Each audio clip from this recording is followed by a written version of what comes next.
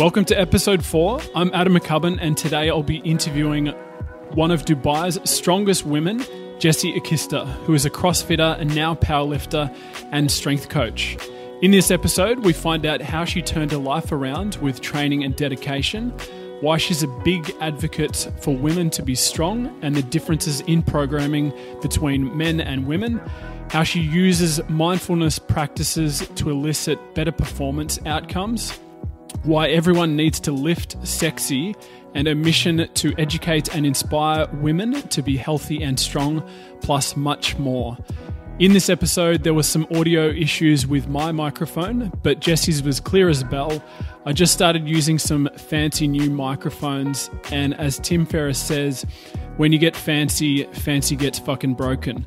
So no apologies, because I'm in the arena having a go and making some mistakes, and most certainly learning from them. Without further delay, let's get started.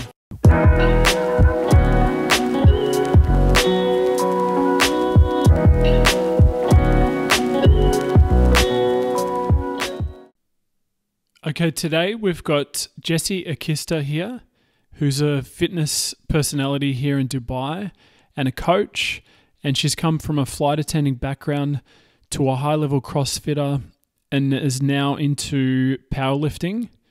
She's got an amazing story and a background and how she turned her lifestyle around. We've got Jessie here today. Just to lighten the mood, could you tell us an embarrassing gym story?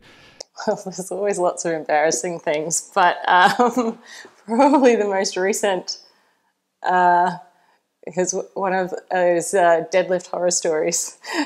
Yeah.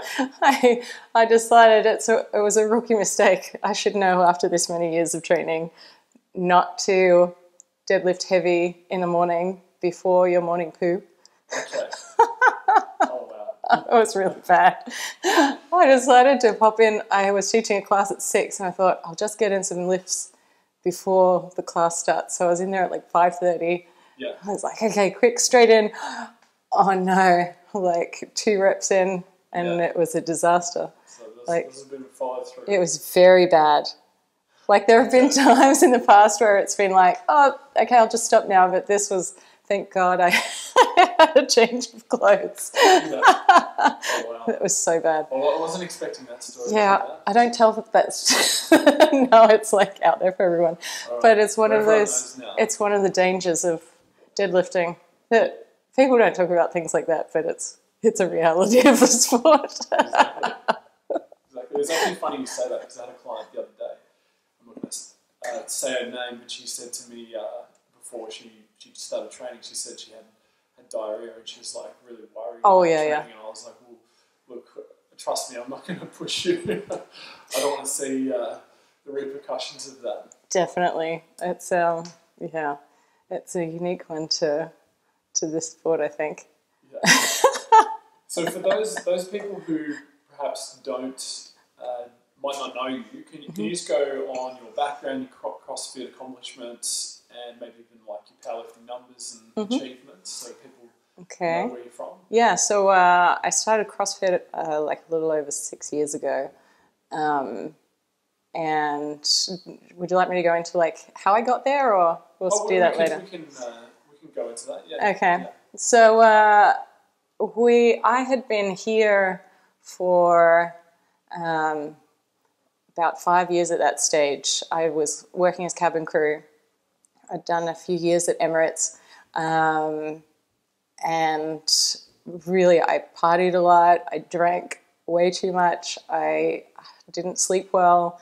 I told you about the last time we chatted about my diet for a long time was like Mars bars and Red Bull to get through the days. Yeah. So that and then I would just like drink all night. It was ridiculous.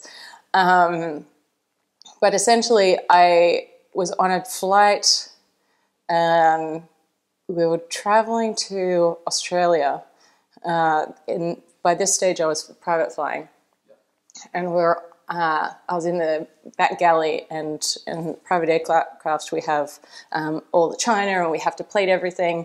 It's a very quite labor intensive job. And in the middle of the flight I turned and put my back out.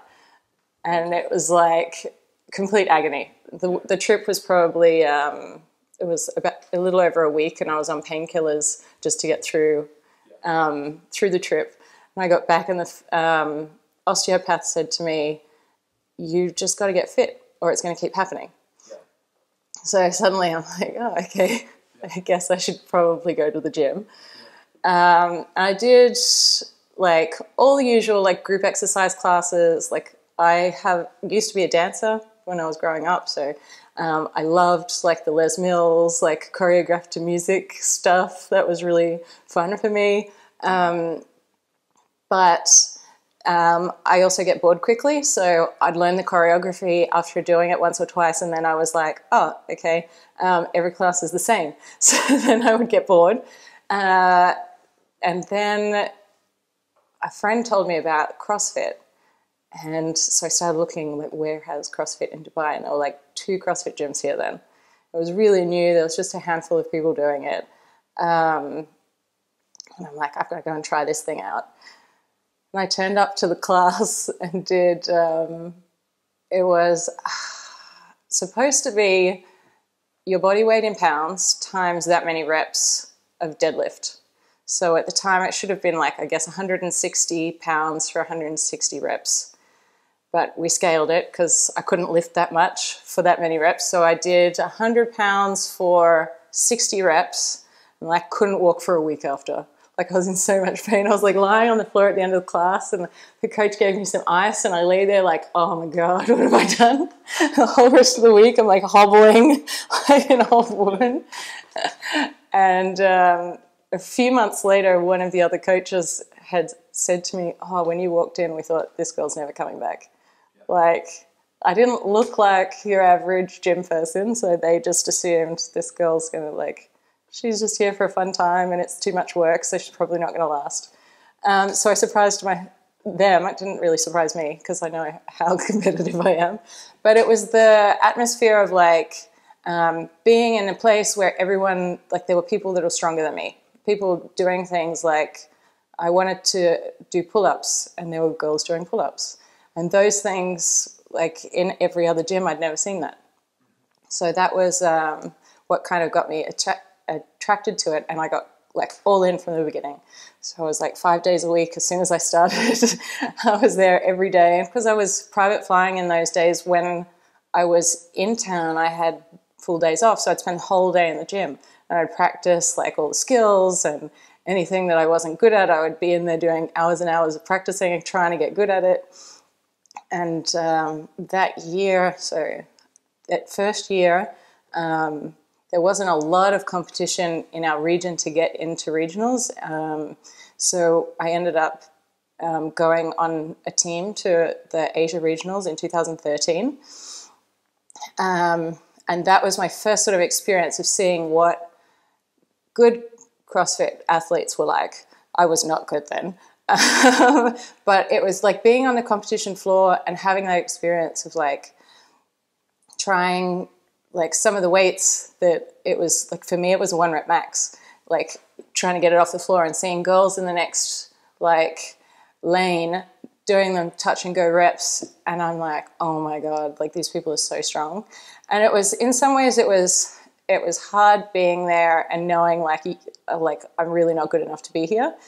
But it also, like, that ended up being my motivation for like the next 4 years of training. Because I said to myself, I want to go there, but I don't want to be the weak person. Like I want to go there and belong and know that I've worked hard enough and I should be on that floor.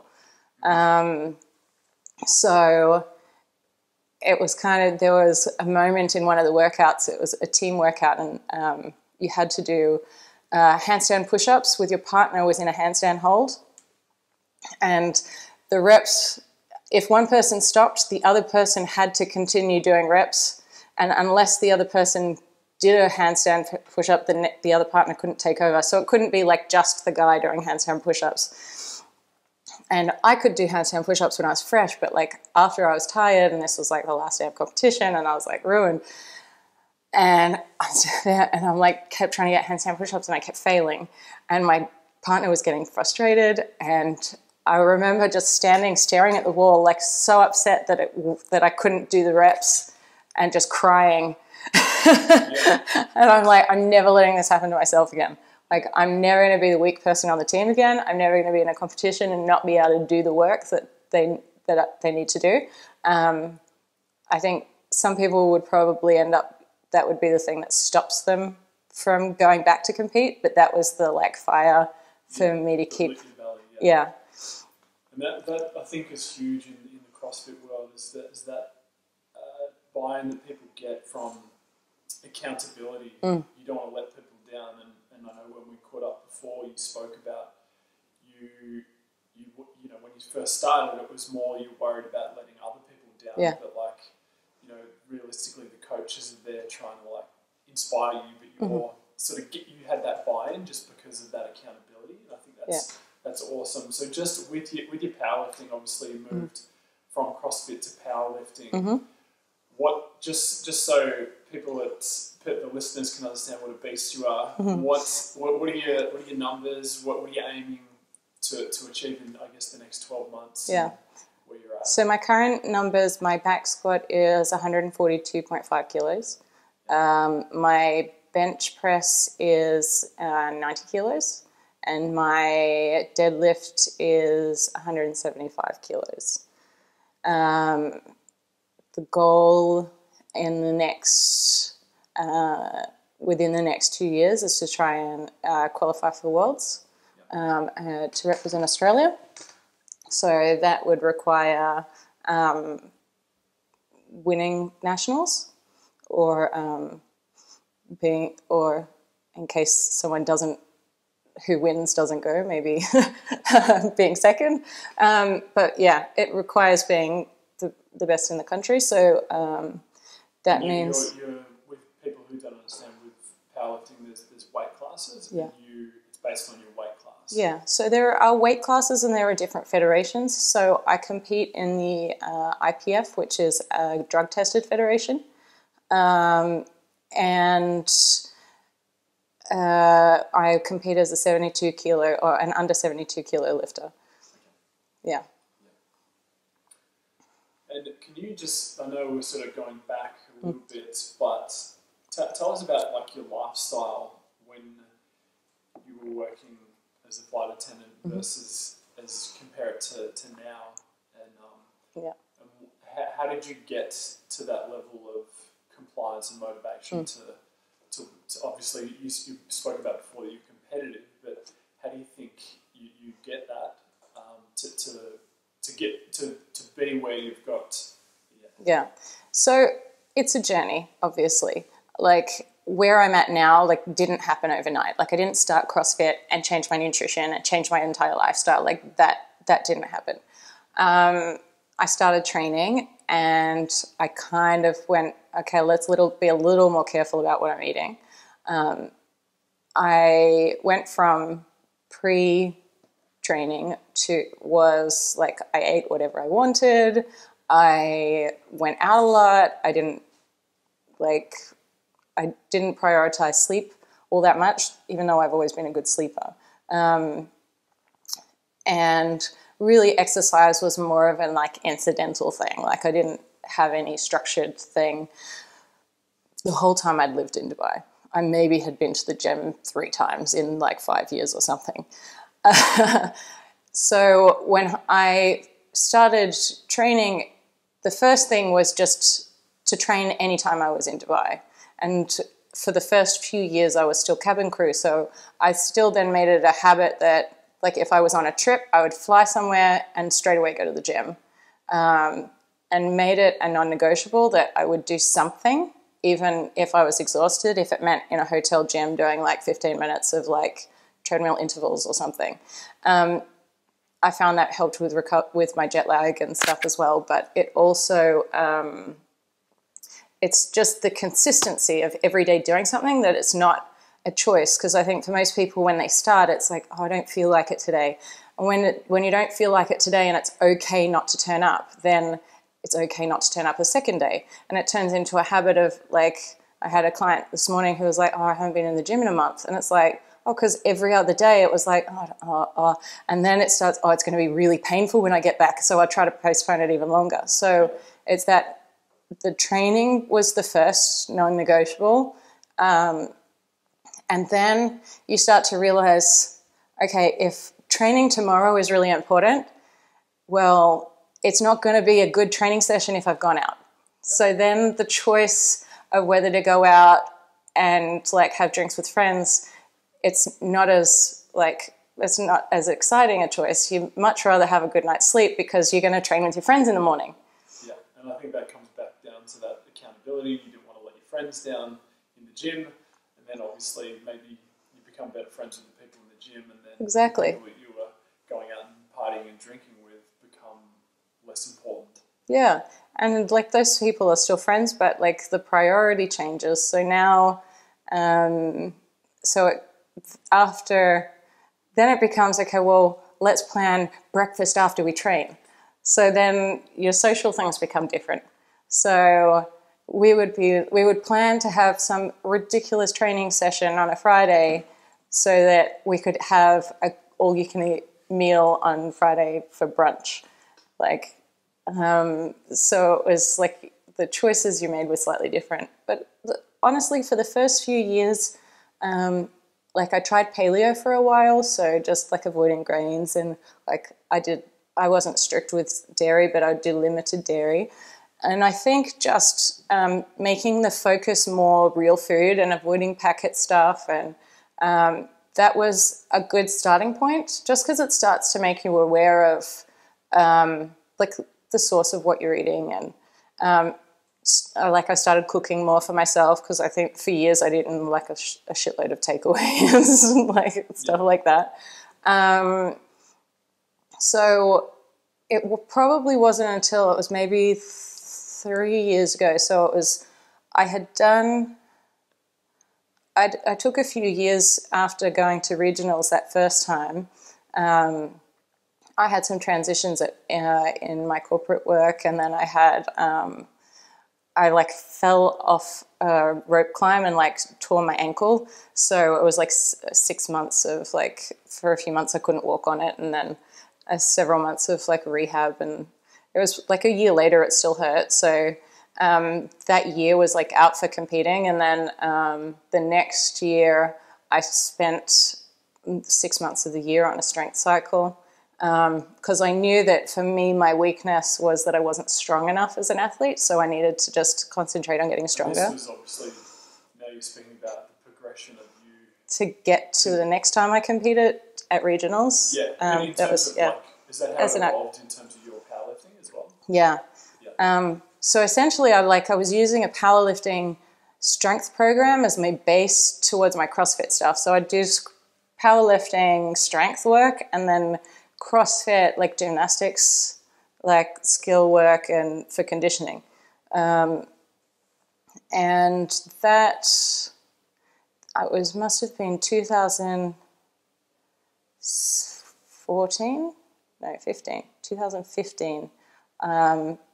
I did the Opens, which is the online qualifiers that you have to do to get to regionals, with not intending to try and qualify for regionals that year.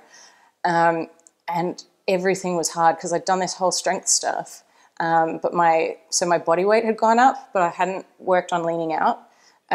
So I was stronger and I could do everything, but when I was next to my friends who are really good at body weight movements, I was so slow. And I was when I tested Eloy, our friend, I was I need to check where I'm at. And I was it was ridiculous. I was 29% body fat or something, which is not crazy for a normal human being, but for someone who's trying to compete, that was quite high. And so then I went, okay, I need to get my nutrition on track, because I knew to be around 70 kilos, if it was lean, was fine. But at the time, I probably weighed about 75, and I wasn't as lean as I should be. So I got in touch with Renaissance Periodization, or they're on Instagram as at RP Strength. So they're an online nutrition coaching company, and they do like they do online like one-on-one coaching, which is great for people who need more accountability or have like specific like issues like that need a more personalized diet. But they also do a general diet template. So I just ordered their like general template, and it's obviously aimed at, they have now created a new one that's just for healthy eating, but their original programs are aimed at athletes. So they have everything for meal timing around what time of day you're training and how to supplement around that. And I liked the simplicity of it because I'd sort of tried doing macros and tracking all of that before, but it was like so much to do with being how busy I am. So I started doing that, and within like 12 weeks, I'd dropped like 6 kilos or something and gotten down to like, I think I was about, probably got down to about 16%. Yeah, and with your strength at that point, obviously you dropped a lot of body fat. But my strength remained. I got PRs during that period. So the thing is, like, it's not that you're cutting a huge amount of calories. It's just that you're, like, if you're eating the right way, you can still maintain strength. You'll maintain strength, you'll still eat enough. Most people find that once they start eating the right food, they actually realize they're eating a lot. So, like, at the moment, I eat around 2,500 calories on a normal day, and then depending on how hard my training is, it can go up to 3, 4, sometimes 1,000 calories, and that's... And you still track it now? So now it's probably obviously less relative as a powerlifter, but obviously well, I do, because I have to be in my weight class, and I've experienced having to cut weight before a meet before, and it's not fun. So I prefer to be able to stay right at the top of my weight class, but at a place where I can still eat, and before a meet already make weight without having to... I know a lot of other people. I know some people who will cut weight for every meet. I get the impression men tend to be more comfortable with cutting weight and still lifting heavy on the day. Most of my girlfriends that are high-level athletes struggle if they've had to cut much weight before a competition. So just personally, I prefer not to add that stress to myself. Yeah, so it's something you go in and less things to think about, you're just lifting that bar. But I think because I'm kind of like, I sit around 72 kilos all the time now, and I weigh myself each morning just to see, not because it's like, I don't have, I've got clients who, if they weigh themselves every day, they're like head cases about it. And if it goes up a kilo, they're like, oh my God, I put on all this weight. I don't have an attachment to the weight. It's just for me to observe, okay, like if it goes up 3 kilos and I'm like, oh, I should probably like just control my food for a few days. Yeah. But it's just more of just keeping track of where I'm at. I haven't been strict with my tracking recently. I've done it so long with weighing and measuring all my meals that I have a very good idea of what my portions should look like and how many times a day I should be eating. That said, this week I've started with a new coach and I have to track everything for him. So it's going to make me more accountable with tracking, which is something that's not been a strong point for me for a little while. So going back to the beginning of when you first sort of got into your strength block, what did and just to explain to people the simplicity of the programming when you first started, what did your program look like to get stronger? So I did, I don't know if you know the guys at Scandinavian Health and Performance. They did my very first kind of exposure to doing any sort of like specific strength training. I did a 12-week like hypertrophy block with them. which was essentially bodybuilding for 12 weeks. And part of doing that with them was that I wouldn't do CrossFit and I would just do bodybuilding for 12 weeks. And it was a good learning experience. Did you enjoy that style of training, going from CrossFit to bodybuilding? Obviously, it's a huge difference in the training style. Yeah, I enjoy parts of it, but I miss the intensity. But a lot of what I learnt from that, I do now. My training is more balanced. I do a powerlifting base, so I squat, bench, and deadlift because they're the lifts that I compete in, so I have to get good at them. And generally, it's the same variation, so I need to get good at the way I lift in a competition. Whereas if someone's just trying to get strong and generally fit, then you can do different variations of lifts, and it's not the same. But I do those as my main lifts, and I lift 4 days a week. And the frequency of the squat, bench, and deadlift will vary depending on what we're doing. Like when I first started focusing on powerlifting, I was squatting all 4 days, and I adapted really well to that. I was benching 3 days and deadlifting twice. So that would mean 1 day of the week I would do all the lifts, and then some accessory work. And when you talk about squatting 4 times a week, was that your competition? So, for example, was it a low bar squat you were doing all 4 days, or were you doing like a safety squat 1 day, front squat the other day, or Yeah, I was in the beginning. I was doing low bar squats every day because coming from CrossFit, I hadn't done enough of it that I was very technically proficient. So the focus for the beginning was just to get really comfortable and get my technique perfect, which meant just repetition. So I would have 2 days that were heavier squat days, and then 1 day that would be like a light day it was essentially just you'd do some light squats before the bench and the dead that day. And then the third day would also be light, but it may be a front squat variation or a low bar but a tempo, something like that. Yeah. And how often would you go into, it doesn't have to be back then, but go into like a grind out set where you're actually going to, 85 to 90% of your 1RM, or are you, what percentages are you hitting? Not often that I go that high. That's normally right near the end of a block just before peaking, or like while peaking just before I'll like test or meet. Generally, it's a little lower. Like I can be up around like 85%, like anywhere between probably 70 to 85% is kind of normal.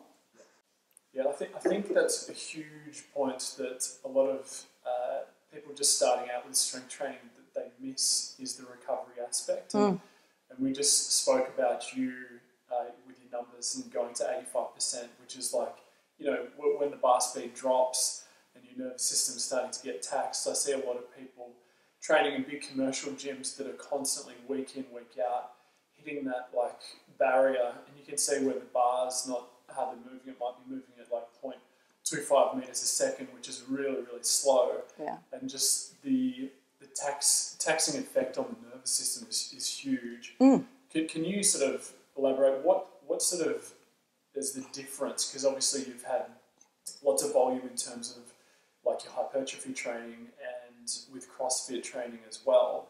But what are the symptoms of like fatigue that you'd find more from the powerlifting side of things?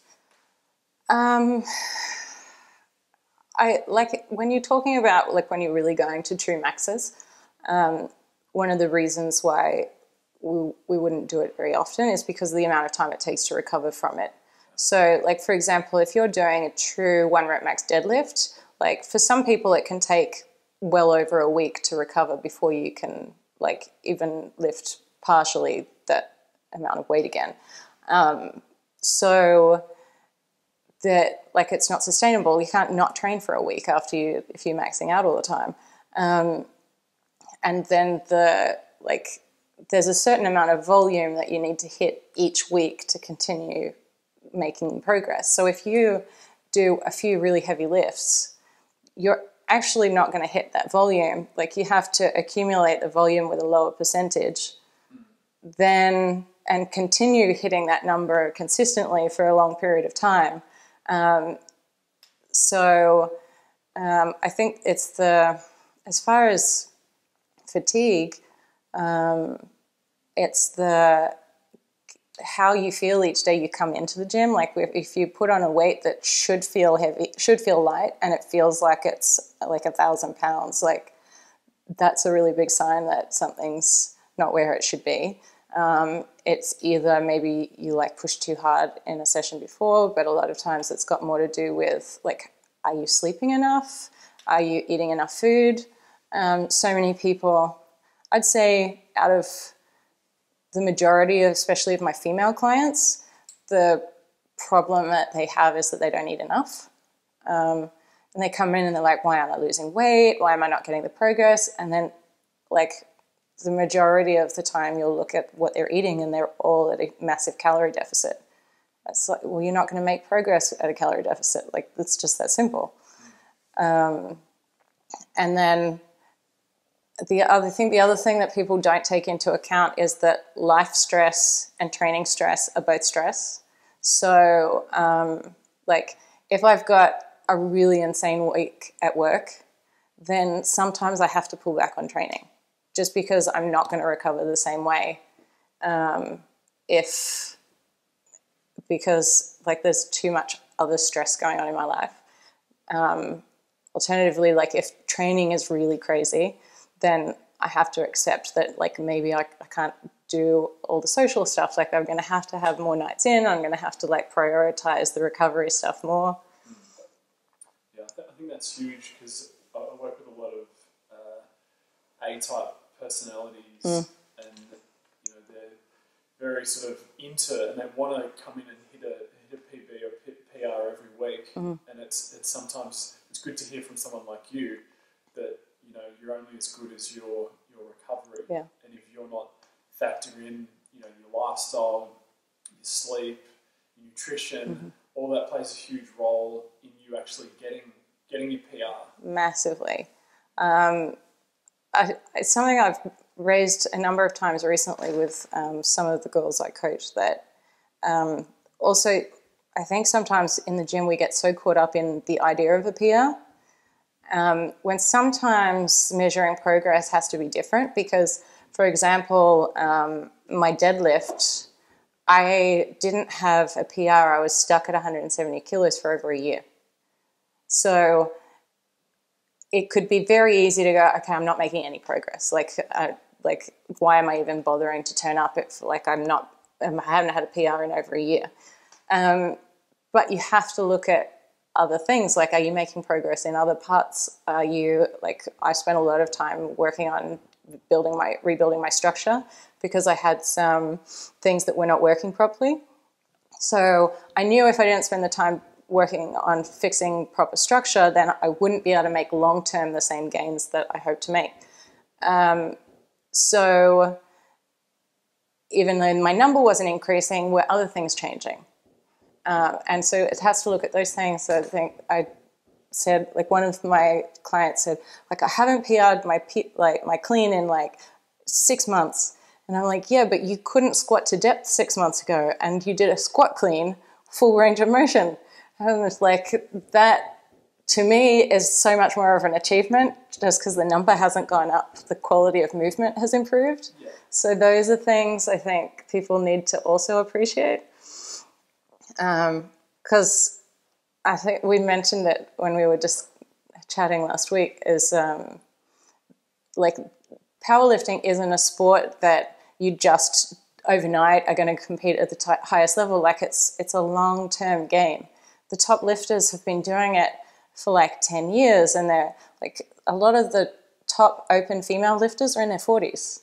Like they just work, they train every day for years, and they're consistent and they don't get injured, and you have good days and bad days, but that's part of the process.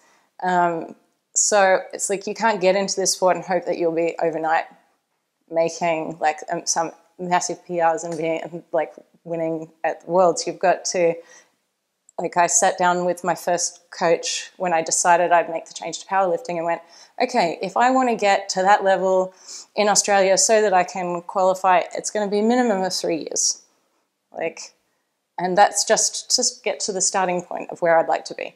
So it was like, are you willing to commit to the long-term goal? And I try to encourage people when I'm coaching is like, it's not about like how I look in 12 weeks. It's like, can you make a lifestyle change that in 6 years' time you'll look back and be like, oh my God, that's how far I've come? Because like where I'm at isn't from like a 12-week, let's change my body. Like it was like consistent, just slowly doing something a little bit better every day over many years. Yeah, and you spoke about just before you worked on some areas of weakness that when you couldn't get your deadlift up and there was injuries or things stopping you, what sort of things were you working on there? What accessories, where were the weaknesses that came in for you? Yeah, so I had noticed while I took the change from CrossFit to powerlifting last June. And then I competed in August and November to get my first like totals. And then, so I was working with an excellent powerlifting coach, Patrick Hedquist. He is Swedish national team. He got a silver medal in bench press at Worlds this year. He's an exceptional technical lifter. And I was very lucky to, he trains in my gym, and I had literally been thinking 1 week, I should probably I think I'll focus on powerlifting. I should find a coach. And we started chatting in the gym that week. And so it was good circumstance, one of those like fate moments. Yeah. So he was exceptional in helping me really get through that first part of what I was trying to achieve. But I noticed while I was doing that the inside of my hamstrings wasn't working properly, and my lats, like if you asked me to spread my lats, I couldn't. The muscle existed sort of, but like I had no awareness of how to use them. I had very over-dominant traps. So it meant, obviously it's an issue in bench press, but all movements, like you can't deadlift if your lats and your hamstrings aren't working. So I'd gotten very strong with movement deficiencies. So I knew that to get stronger, at some point I was going to have to step back, focus on rebuilding a good base so that I could then start making progress again. So I knew that those were the issues, but I wasn't 100% sure on the best way to fix them. So Julian Pinot, who owns StrongFit, which people in the CrossFit world will have heard of him. He is a movement specialist that works with a lot of top-level CrossFit athletes. And he, at the moment, and with Richard and the rest of his StrongFit team, they travel the world teaching coaches how to be better coaches and essentially look at movement the right way and how to fix it.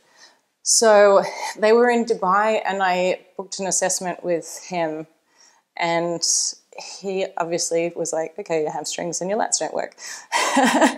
And he gave me some homework to do. So I started with just doing sort of a specific, the way he teaches a stiff leg deadlift.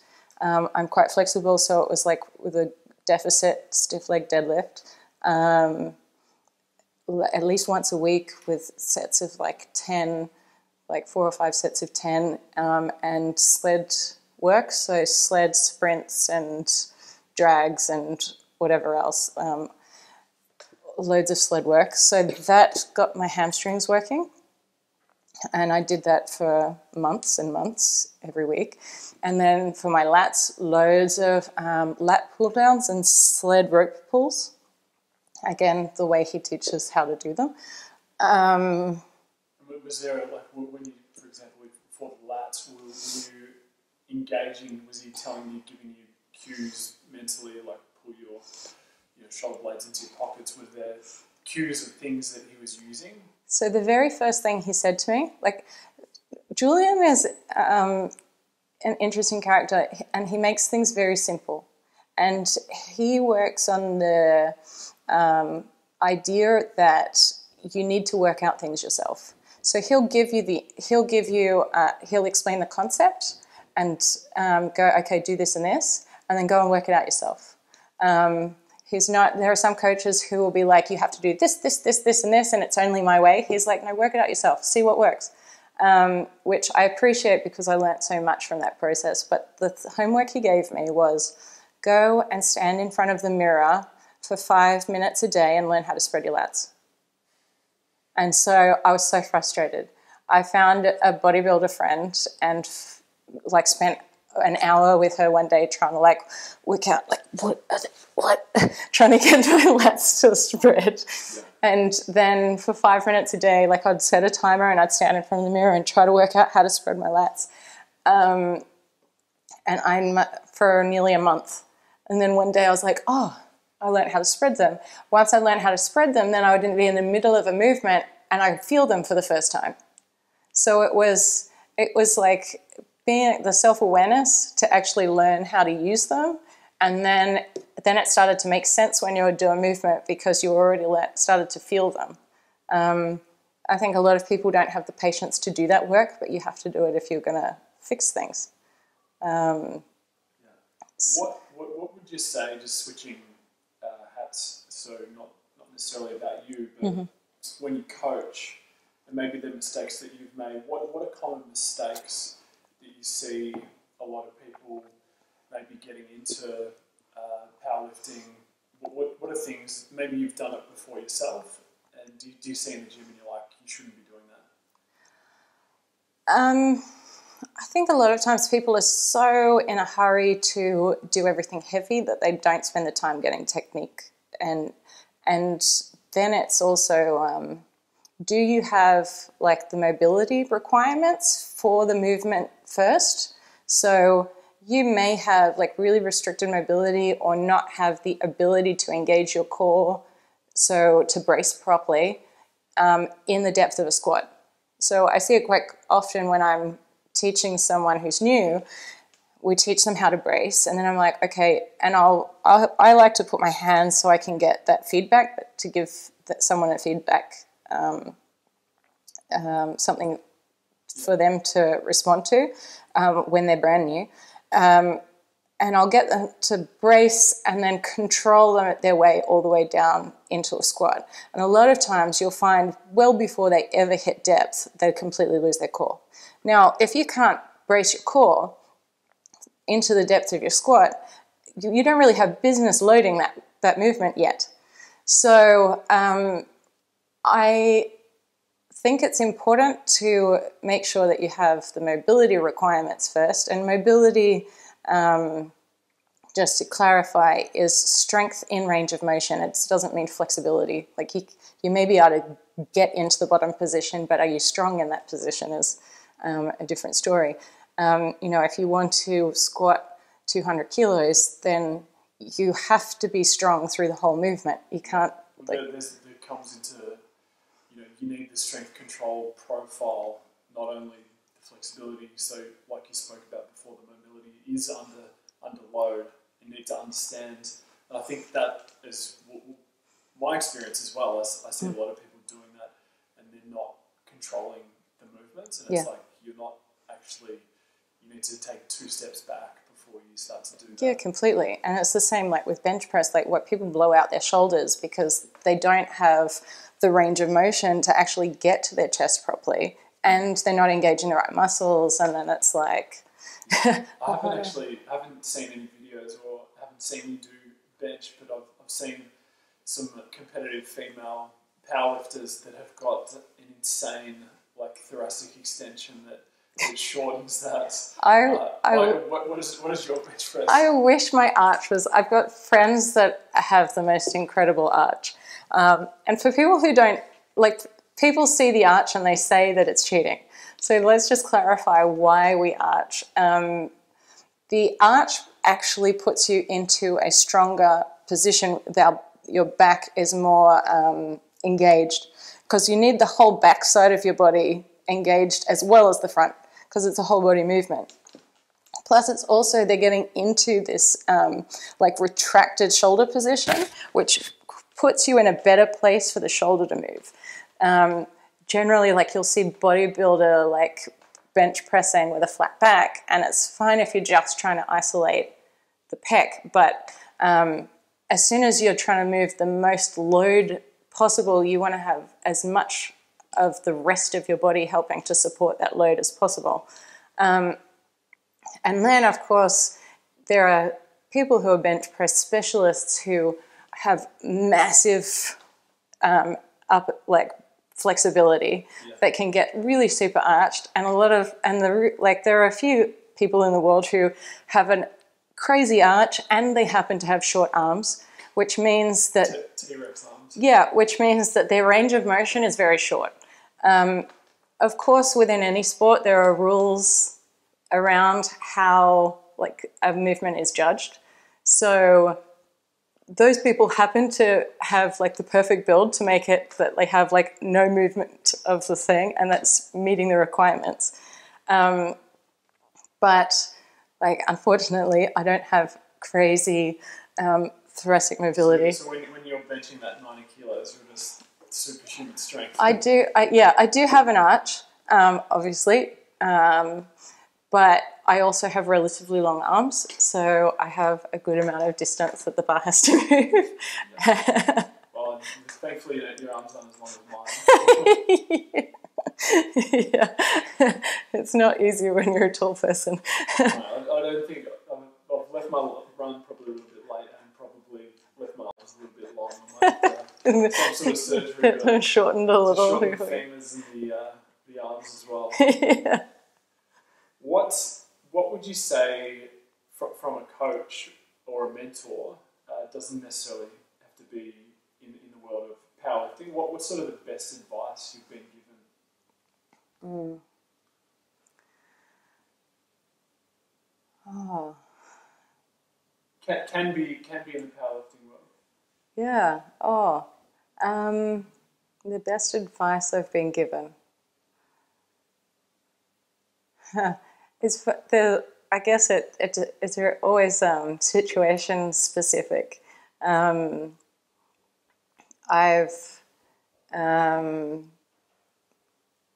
got a dear friend of mine is a business coach in Berlin, and she she specializes in what she calls bullshit elimination. And she generally works with female entrepreneurs, but I'm actually going through a 21-day like guided meditation process with her that she's creating for people who are stepping into new businesses and things like that. And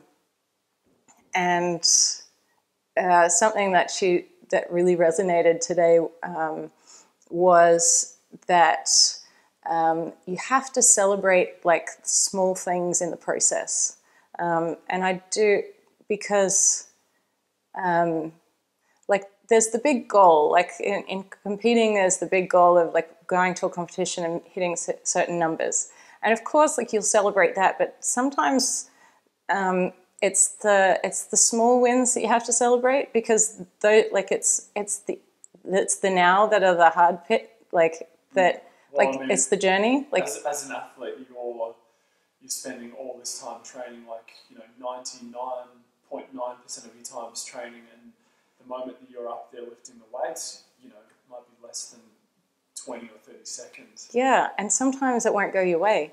So like if all of your focus is focused on that thing, then like there's so much like scope for devastation, I guess.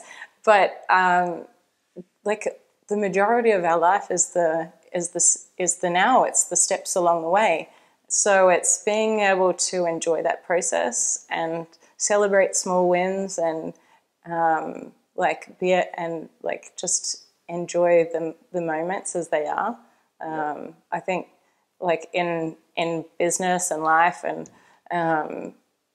I think that's really an important thing to focus on.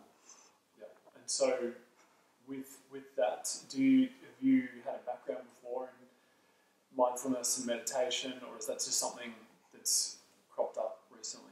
I've started focusing on it a lot more in the last few years. I used to say, people would be like, oh, you should meditate. And I was like, oh, I don't have time for that. And it's funny, I'm sure you probably listened to some of Tim Ferriss's stuff. And the majority of the people he interviews have some kind of mindfulness practice. And I kept thinking, well, you know, they all have this thing. I should probably make time for it, but I don't have time. And Tim Ferriss says if you don't have 5 minutes of meditation, you need a few hours. Yeah. So I started thinking about it more recently, and then it would have been last year. A friend gave me a book called Seed of the Soul,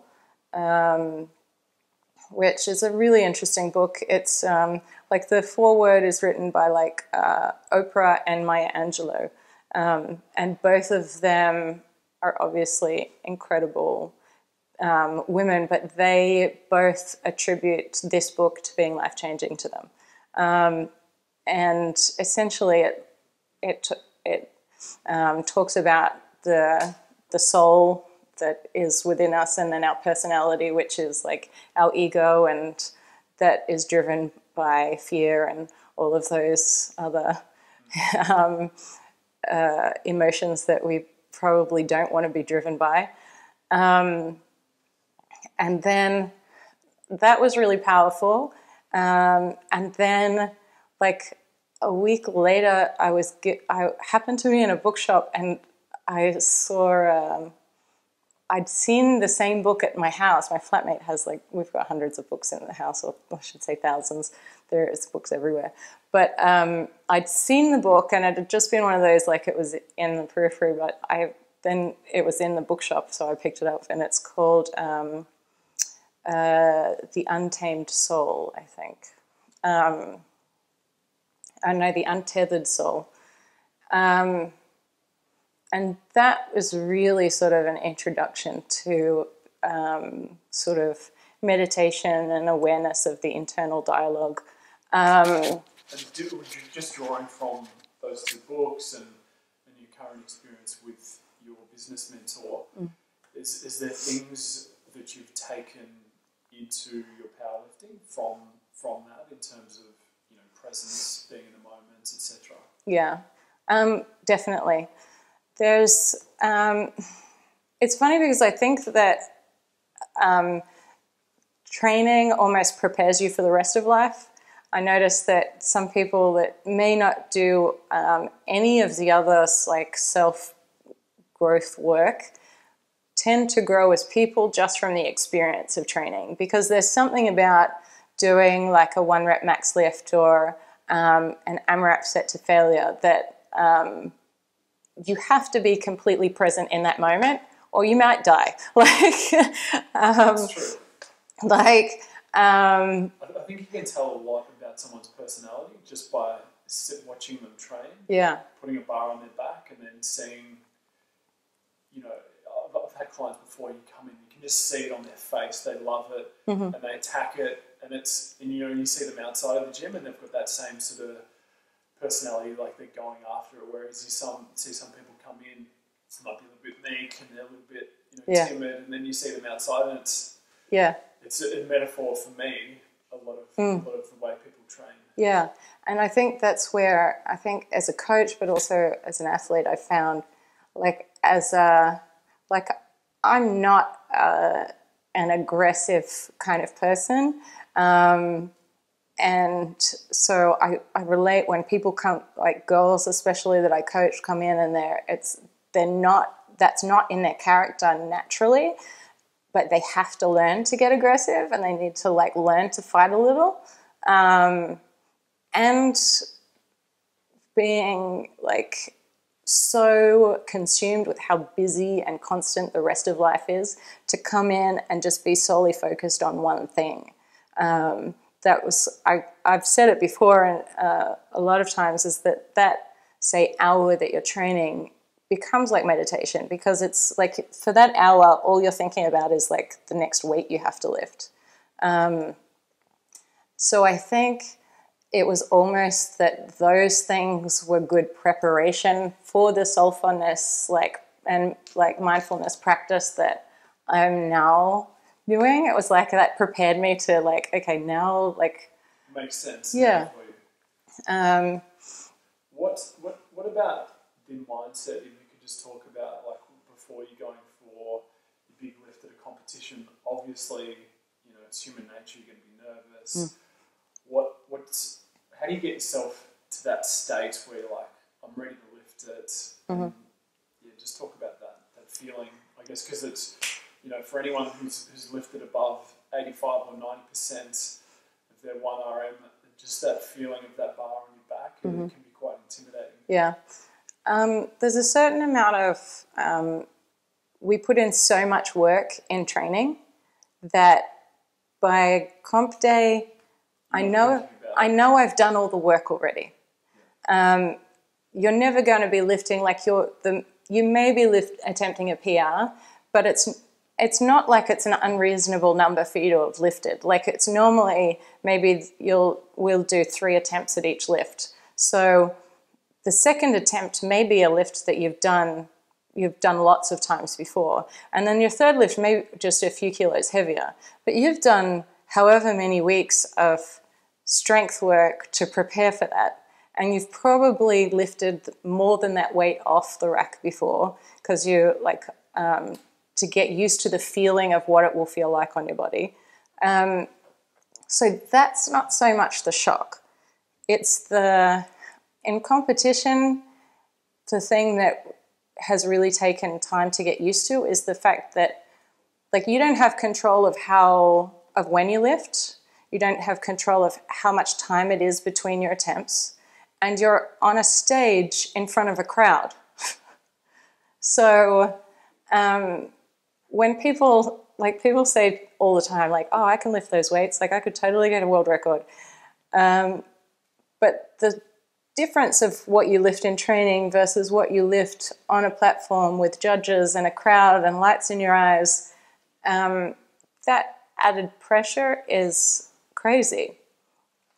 I think the first time I competed, like I was literally shaking, like standing the bar up, and it was like a weight that I'd lifted so many times, and I like stood it up and my whole I'm very sociable usually while I'm competing, but generally, but as soon as I go into competition, I have to become very focused on myself. So for that entire day, my focus is, am I eating the right food? So I'm concentrating on my nutrition to make sure that I have energy through the whole meet. And then all I'm looking at is like I'm concentrating on timing for my warm-ups to make sure that my final warm-up lift is timed just right before I'll take my first attempt. And to really try and block out everything else. So I try not to chat to people. I maybe will read a book. I sometimes will listen to music. I know some lifters who will literally, like, they'll put on headphones and they listen to music that sort of puts them in the right mindset. I've never been a big music person. So to me, it's easier just to sit sort of in silence and just like be with my own thoughts and try and like I will do breathing practice and concentrate on just trying to slow my heart rate. and just be as present with myself and just thinking about what I'm trying to execute next. And yeah, like I said, it's not that the lifts are scary or like I haven't done them before, because by that stage you do feel like you're prepared.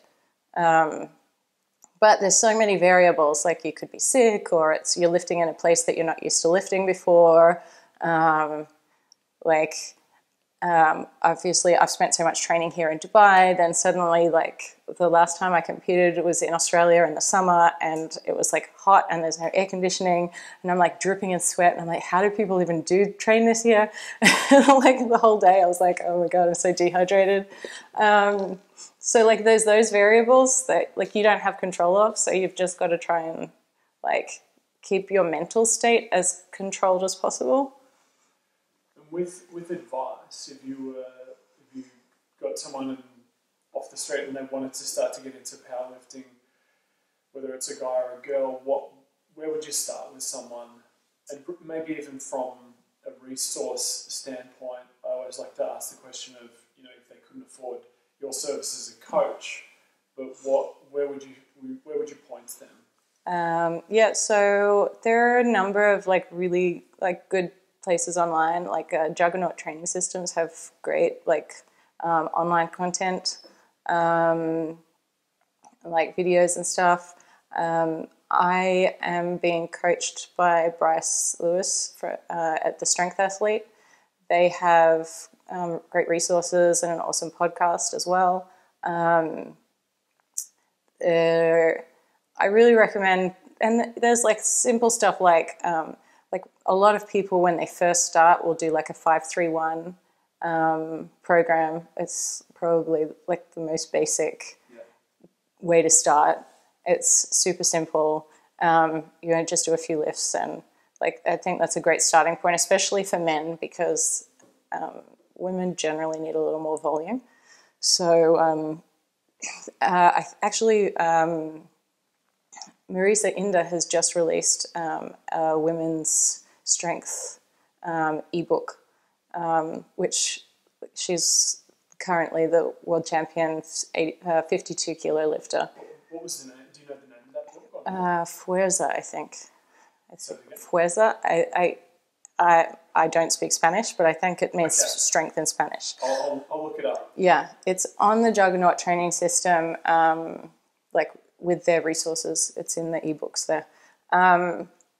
But so like for females, I would say the main difference is that we need a slightly more volume, especially when we start, because we need to build more muscle mass. Men generally like could follow any program and make good progress. Women need to do more hypertrophy stuff, especially when they start out. Ever. We'll just do it for the rest of our lives, lots of it. So they're good resources. I would say when you start, it's worth investing in a coach to make sure your technique's good from the beginning. Because I see a lot of people who like are kind of self-taught, and they'll spend a lot of years doing things not quite right, and then they either end up injured and demotivated, or they've just spent like 3 years or more just not making as much progress as they could have. If you make the investment in the beginning to get a coach so you know what you're doing, and then you don't need to keep having a coach forever. Like some people will have, like you may just, you follow a generic program, or you might end up having someone that just writes a program for you. But like if you really want to be good, like I pay for a coach. I have a, Good advice. Because I mean, you can spend, 2 years doing the wrong thing, like you said, and you'd be with a coach for 2 sessions and they've already cleaned up your technique. You might not be, keeping your chest up, or just anything like that. The coach's eye, you pay for that experience. Mm-hmm. And it can save you a lifetime of making mistakes. Exactly. What's in store for the next 12 months for you? A lot. So January, I'm moving back to Australia. I'm going to spend a little time with the Strong Fit crew. I'm learning a lot from them at the moment, and developing myself as a coach and movement specialist. And I will be living in Canberra as my base for a while with my family. I've been in the Middle East for 11 years, so it's a big change. And in Canberra, we've got some of the top lifters in Australia, female lifters, are in Canberra, so I'm going to be there training and just seeing what happens with that. I'll compete in March, and hopefully then get myself, sorted. So we're working on trying to get to nationals this year, and it's like ideally the goal is to try and podium. We'll see. It just depends how all that goes. And then working on some business plans, but nothing yet to announce. But once I've got a few months to focus on that stuff once I get home. So you spoke to me about how you wanted, or your sort of overall goal was sort of inspiring women who might have not had a background, but inspire them to be strong and to stand up and, you know, to say, yes, this is what I want to do. And I think there's a lot of misnomers with fitness, and females get scared about, you know, putting on too much muscle or their. Can you perhaps elaborate on that? And coming from your background and where you've come, and you've come obviously full circle from that. Yeah. So it's something that we touched on this earlier. It's one of the reasons why I think CrossFit has been so successful. It's the community atmosphere, but especially women. We're like community creatures. Like we all have our like little tribes of like our friends and our close family, and we need that to thrive. So I find that women, if you're in a community of other women that are all supporting each other, then they're going to be more likely to like continue and succeed. So I think that was, like you touched on it earlier, it was some of the things that drove me in the beginning. So it's important to me when I'm coaching people and with the things that I work on in the future is that I'm helping to cultivate community for women that encourage people to be the best version of themselves. So not all, or very few women want to have the same goals that I have. But every woman wants to be healthy enough that they can, like if they have kids, that they can play with them all and chase after them and not like hurt themselves or not be so exhausted that they can't keep up. Everyone wants to be able to, like if they're told, hey, let's go and do this adventure, you want to be fit enough to be able to do it. Most women will say, I want to get toned, or I want to lose fat off my belly, or I just want to lose this like bit on my arms. And the reality is like it doesn't work that way. Like you have to, you can't just like spot pick the places that you lose weight. But when you start focusing on overall strength, your body changes as a result. Women cannot accidentally turn into a man. Like we don't build muscle the same way. Like the muscle mass that I have has come from really hard work over a lot of years, and like that doesn't come by accident. No, I think it's a big point. I've had women over the years ask me, oh, I don't want to get bulky. It's like, even if you wanted to get bulky, you probably can't. No, relatively, I've got friends that have trained as much as I have, and they're like, how do you get the arms that you've got? Like I build muscle relatively easily for a woman, but I also work really damn hard. I lift a lot of weight. I train all the time. I eat all the right stuff. Like I do the work it's not an accident. Yeah.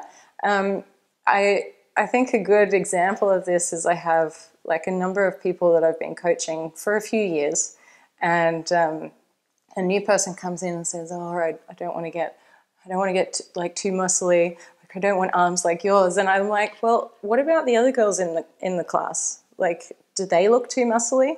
Like they've all been lifting for several years, and they just look healthy." I think like that's a more realistic example of what you end up looking like. The like fitness magazines don't show you reality at all. I think you'll see a lot of the like fitness models with like rippled abs, and like the reality is a lot of times people like, and it's the same with men in the fitness industry, like most of them that are really rippled and like really looked jacked are all on performance enhancing like substances, and like they're taking quite drastic measures to look like that. Like it doesn't accidentally happen. No, and I think that's the same with the fitness models, especially in the female categories. You see them competing on the stage, and they'll take all their photo shoots, and then you'll see them in the off season, and they're like 10 kilos heavier than they are. Yeah, they're completely nothing like that. But then they'll put their photo shoot photos on the front cover of whatever the magazine in it, and then they'll market the whole magazine based on that. But that I think that's kills why me. it's important for people like you to spread a good message of what is health and being strong, especially for women. Yeah, I think like on that point, like I know a lot of these like fitness models, and like you'll see them on the off season, and they don't even look like they train. Like you would not know that they stepped in a gym. And there is obviously there are some people in that world that do live a healthy lifestyle and do like look after themselves all year round, but there is a very unhealthy way that especially in that sport is about massive restriction and then binging, and it's not a healthy, sustainable lifestyle. And the way you look on stage is, firstly, majority of them are very unhealthy. Like the women will lose their periods, which anyone who thinks that that's normal for people training, it's not normal. If you stop getting your period, go and see someone. It's not okay. And then like all of their hormones are down regulating, like their whole system's like screwed. Like for a woman to be that lean, it's very unhealthy. Plus in that world, the majority of them, you lose to be that lean, you have no fat, so then they all have their boobs done, and it's like everything is all about appearance. If you tell them to go and run 10Ks, most of them would die. Like there's nothing that's like healthy or sustainable about that lifestyle. I've seen a lot of people who they get into training with the idea that I'll go and do a show, I'll do a bikini show, and then they cut and they take these crazy like restrictions to get to that show, and then but they haven't learnt anything about it, maintaining a sustainable lifestyle, and then they just go back to looking what like they did before. So all you're teaching someone is about restriction, and so long term it's never a beneficial process. And I think I've seen so many girls that end up with like really just fucked up in the heads because they don't have healthy relationships with their bodies and with food. So unless you're a very unusual person, I don't know anyone who has done those shows that has a good relationship with their bodies now that says they'll ever do it again. They may have learnt some things from it, but most of them have found that the experience was more detrimental than positive. Okay. So just touching on, moving away from that a little bit now, we're almost coming to the end of it. But just to dig deep, I'd like to, these don't have to be long answers, but just in terms of your personal habits, routines, what does your day look like? What does your morning and the rest of the afternoon, what does it look like? So I meal prep on Saturday and Tuesday. So I do a whole bulk, and then so at the night before I go to bed, I'll pack all my food for the next day. I always train generally first thing in the morning. At the moment, I will... Is that fasted, or are you eating before? Fasted. I drink black coffee and whipping cream in the morning before I go into the gym. No butter in there as well? No, I actually don't like the texture of that. I tried it, and it was just like, yeah, I tried it, and it was, I just didn't enjoy it. So, like, I prefer just cream. I am awake at 4:45. I am in the gym just before 6.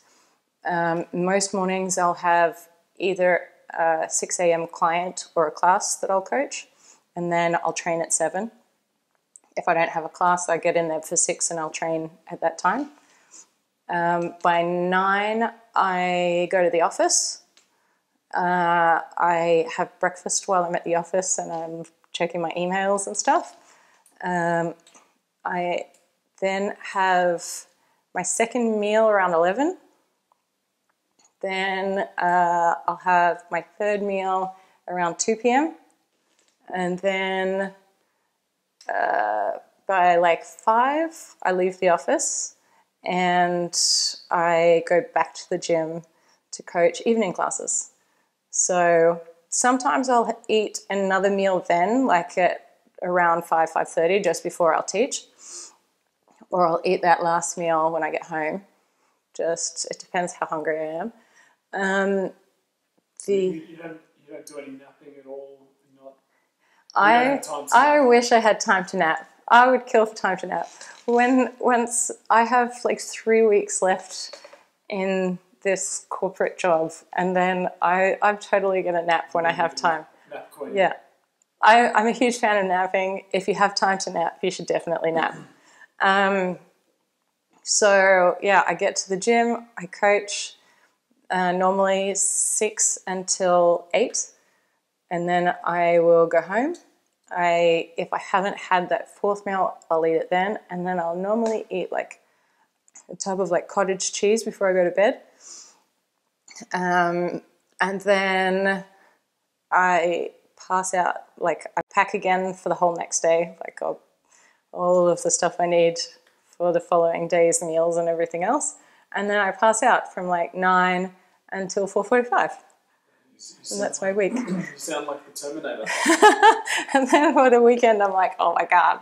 Thursday, Friday, when I get to sleep a little longer, it's like now I still like I'm wide awake at 6, but that's a sleep in for me. 6 is a sleep in. Yeah. If you're getting up at 4:30. Yeah. Now, just the last this last section is the rapid fire questions I ask all the people I've had on the podcast, the same questions, and they don't necessarily have to be rapid answers, but yeah, just see how you go. Mm-hmm. First one is what is your all-time favourite training book, or if you can't think of a training book, a self-help or book in general? Was it the ones we spoke about just before, or? Yeah, Seed of the Soul is that book is just, yeah, it was incredible. Yeah, it was one of those moments where I was raised in a very like conservative Christian family, and I've done a lot of sort of soul searching on religious beliefs and those things over the years, and like what is my personal beliefs and whatever else. And it was like reading that book was really like someone had like looked into my head, and everything that I had sort of come to as my own belief system, someone had put down in paper and just made much more like sense of what was going on in my head. I was like, oh, so yeah, that book's incredible. I think everyone should read it. Training book? 531. Well, 531's a good one. Yeah. There's like so many good ones. You don't have one that's on your shelf and you're like, I love that one. Yeah, no, not really. I've noticed a few of the guys that like I really respect were all talking about how much they enjoy reading Squat Every Day, and their discussion about it really had. They said it wasn't so much the program in it; it was the way he looks at programming and the way he like. Was that by Hatfield, Doctor? Dr. Squat. I forget his first. I can't remember. I can't recall. I Google like stalked the after the guys had all been talking about it, because like they're like after he wrote the book, he's like dropped off, like he's completely gone outside of the world of fitness now, and he doesn't write anything anymore. So, but apparently he's like moved to like New Zealand and is like studying like philosophy. Go figure. Yeah. Do you have any quotes that you live your life by, or any inspirational quotes that you use all the time?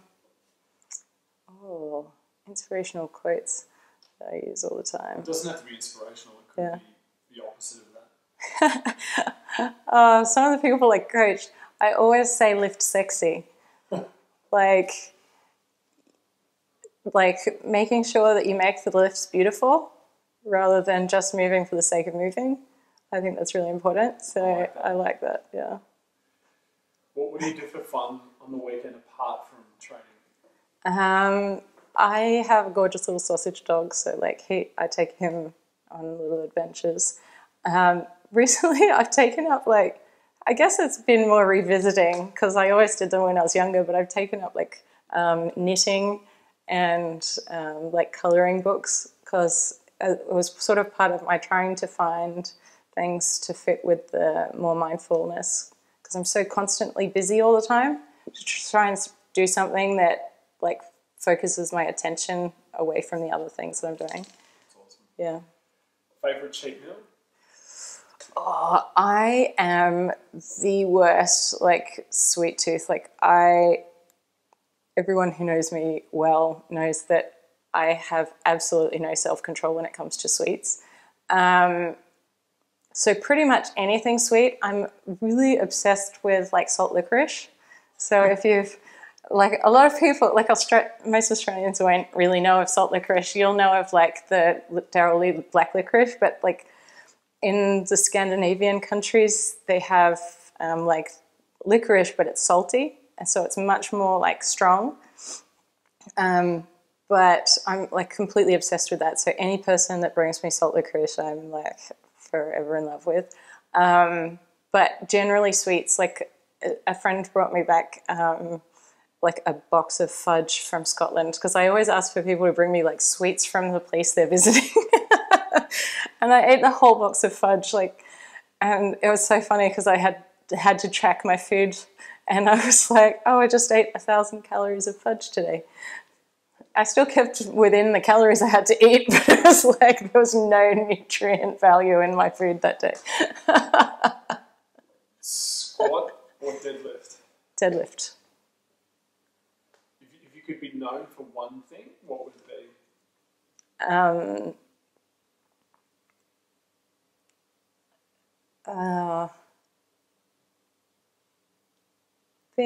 Being a kind, good friend.